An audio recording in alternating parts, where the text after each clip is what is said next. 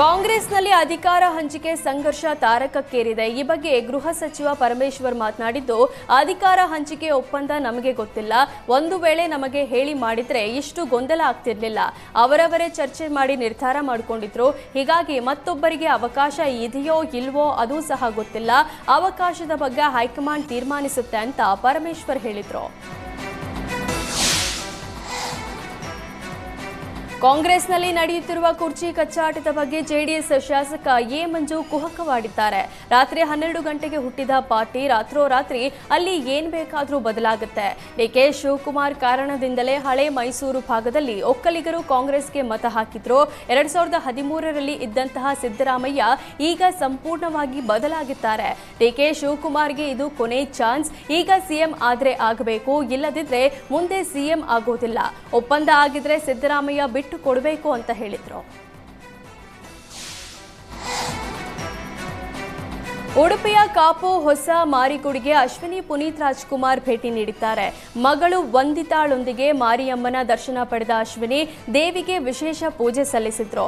ಈ ಹಿಂದೆ ಕೂಡ ಅಶ್ವಿನಿ ಪುನೀತ್ ರಾಜ್ಕುಮಾರ್ ಕಾಪು ಹೊಸ ಮಾರಿಗುಡಿಗೆ ಭೇಟಿ ನೀಡಿ 9 ದಿನ ನವದುರ್ಗ ಲೇಖನ ಬರೆದು ದೇವಿಗೆ ಸಮರ್ಪಿಸಿದ್ರು. ಈಗ ಮತ್ತೊಮ್ಮೆ ಮಗಳೊಂದಿಗೆ ದೇವಿ ದರ್ಶನ ಪಡೆದಿದ್ದಾರೆ. ರಾಜ್ಯಾದ್ಯಂತ ಹೃದಯಾಘಾತಕ್ಕೆ ಬಲಿಯಾಗ್ತಿರುವವರ ಸಂಖ್ಯೆ ಹೆಚ್ಚಾಗ್ತಿದೆ. ಗದಗ ನಗರದಲ್ಲಿ ಹಾರ್ಟ್ ಅಟ್ಯಾಕ್ನಿಂದ ಉಪನ್ಯಾಸಕಿಯೊಬ್ಬರು ಮೃತಪಟ್ಟಿದ್ದಾರೆ. 49 ವರ್ಷದ ಪ್ರಭಾ ಕಲ್ಮಠ ಕಾಲೇಜಿಗೆ ಹೋಗಲು ತಯಾರಿ ನಡೆಸುತ್ತಿದ್ದಾಗ ಎದೆಯಲ್ಲಿ ನೋವು ಕಾಣಿಸಿಕೊಂಡು ಕುಸಿದು ಬಿದ್ದಿದ್ದಾರೆ.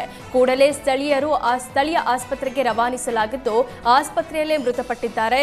ಮೃತ ಪ್ರಭಾ ಗ್ರಾಮದ ಸರ್ಕಾರಿ ಪದವಿ ಪೂರ್ವ ಕಾಲೇಜಿನ ಉಪನ್ಯಾಸಕಿ ಆಗಿ ಕಾರ್ಯನಿರ್ವಹಿಸುತ್ತಿದ್ದರು. ರಾಜ್ಯದಲ್ಲಿ ಹೃದಯಾಘಾತ ಪ್ರಕರಣ ದಿನದಿಂದ ದಿನಕ್ಕೆ ಹೆಚ್ಚಾಗ್ತಾನೆ ಇದೆ. ಬೆಳಗಾವಿಯ ಶಹಾಪುರದ 35 ವರ್ಷದ ಯುವಕ ಇಬ್ರಾಹಿಂ ಎಂಬಾತ ಹೃದಯಾಘಾತಕ್ಕೆ ಬಲಿಯಾಗಿದ್ದಾನೆ. ರಸ್ತೆಯಲ್ಲಿ ಹೋಗ್ತಿದ್ದ ವೇಳೆ ಹಾರ್ಟ್ ಅಟ್ಯಾಕ್ ಆಗಿದ್ದು ಕುಸಿದು ಬಿದ್ದಿದ್ದಾನೆ. ಸ್ಥಳೀಯರ ಸಹಾಯದಿಂದ ಇಬ್ರಾಹಿಂನನ್ನ ಆಸ್ಪತ್ರೆಗೆ ರವಾನೆ ಮಾಡಲಾಗಿದ್ದು ಆಸ್ಪತ್ರೆಗೆ ದಾಖಲಿಸುವಷ್ಟರಲ್ಲೇ ಪ್ರಾಣ ಪಕ್ಷಿ ಹಾರಿ ಹೋಗಿತ್ತು. ಯುವಕನಿಗೆ ಹೃದಯಾಘಾತವಾಗಿ ಬೀಳುವ ದೃಶ್ಯ ಸಿಸಿಟಿವಿಯಲ್ಲಿ ಸೆರೆಯಾಗಿದೆ. ಬೆಂಗಳೂರಿನಲ್ಲಿ ರೋಡ್ ರೇಜ್ ಪ್ರಕರಣಗಳು ಹೆಚ್ಚಾಗ್ತಾನೆ ಇದೆ. ಪೀಣ್ಯ ಫ್ಲೈ ಓವರ್ ಮೇಲೆ ಕಾರು ಓವರ್ಟೇಕ್ ಮಾಡುವ ವಿಚಾರಕ್ಕೆ ಕಿರಿಕಾಗಿದ್ದು ಮಹಿಳೆ ಚಾಲನೆ ಮಾಡುತ್ತಿದ್ದ ಕಾರು ಅಡ್ಡಗಟ್ಟಿ ಕಿಡಿಗೇಡಿಗಳು ಗಲಾಟೆ ಮಾಡಿದ್ದಾರೆ. ಕ್ಯಾಂಟರ್ ಚಾಲಕ ನಂದನ್ ಎಂಬಾತ ಕಾರ್ ಬ್ಯಾನೆಟ್ಗೆ ರಾಡ್ನಿಂದ ಹೊಡೆದು ಗಲಾಟೆ ಮಾಡಿದ್ದಾನೆ. ಬಳಿಕ ಮಹಿಳೆ ಯಶವಂತಪುರ ಠಾಣೆಗೆ ದೂರು ನೀಡಿದ್ರು. ಎಫ್ಐಆರ್ ದಾಖಲಾಗಿದೆ. ಘಟನೆ ಬಗಲಗುಂಟೆ ಠಾಣೆ ವ್ಯಾಪ್ತಿಯಲ್ಲಿ ನಡೆದಿರೋದ್ರಿಂದ ಯಶವಂತಪುರದಿಂದ ಬಗಲಗುಂಟೆ ಠಾಣೆಗೆ ವರ್ಗಾವಣೆಯಾಗಿದ್ದು ಈ ಸಂಬಂಧ ಆರೋಪಿ ಡ್ರೈವರ್ ನಂದನ್ ವಶಕ್ಕೆ ಪಡೆದು ವಿಚಾರಣೆ ನಡೆಸಲಾಗಿದೆ. ಪ್ಲೇಔಟ್ ಗೋದಾಮಿಗೆ ಆಕಸ್ಮಿಕವಾಗಿ ಬೆಂಕಿ ತಗುಲಿ ಲಕ್ಷಾಂತರ ಮೌಲ್ಯದ ವಸ್ತು ಬೆಂಕಿಗಾಹುತಿಯಾಗಿದೆ. ನೆಲಮಂಗಲ ತಾಲೂಕಿನ ಕೆಂಪಲಿಂಗನಹಳ್ಳಿ ಬಳಿ ಘಟನೆ ನಡೆದಿದೆ. ಮಹೇಶ್ ಎಂಬವರಿಗೆ ಸೇರಿದ ವೃಕ್ಷ ಪ್ಲೇಔಟ್ ಗೋದಾಮಿಗೆ ಬೆಂಕಿ ತಗುಲಿದ್ದು ಸ್ಟಾಕ್ ಮಾಡಲಾಗಿದ್ದ ಅನೇಕ ವಸ್ತುಗಳು ಸುಟ್ಟು ಕರಕಲಾಗಿದೆ. ಅಗ್ನಿಶಾಮಕ ಸಿಬ್ಬಂದಿ ಸ್ಥಳಕ್ಕಾಗಮಿಸಿ ಬೆಂಕಿ ನಂದಿಸುವ ಕಾರ್ಯ ನಡೆಸಿದ್ರು. ಈ ಸಂಬಂಧ ನೆಲಮಂಗಲ ಗ್ರಾಮಾಂತರ ಪೊಲೀಸ್ ಠಾಣೆಯಲ್ಲಿ ಪ್ರಕರಣ ದಾಖಲಾಗಿದೆ.